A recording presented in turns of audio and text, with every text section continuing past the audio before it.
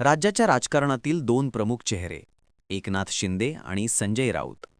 2022 मध्ये शिवसेना फुटल्यापासून या दोन नेत्यांमधील संघर्ष महाराष्ट्राच्या राजकारणाचे केंद्रस्थान बनला आहे.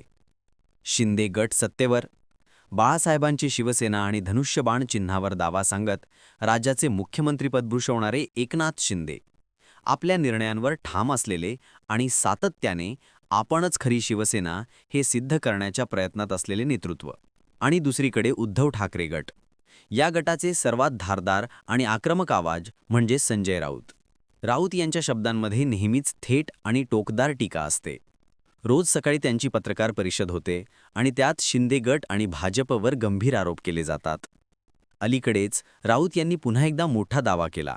शिंदे गटाचे 35 आमदार आमच्या संपर्कात आहेत आणि ते लवकरच गट सोडून बाहेर पडतील.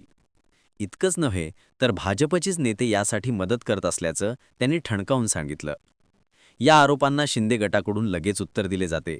राऊत यांची वक्तव्ये केवळ पोकळ गप्पा आहेत.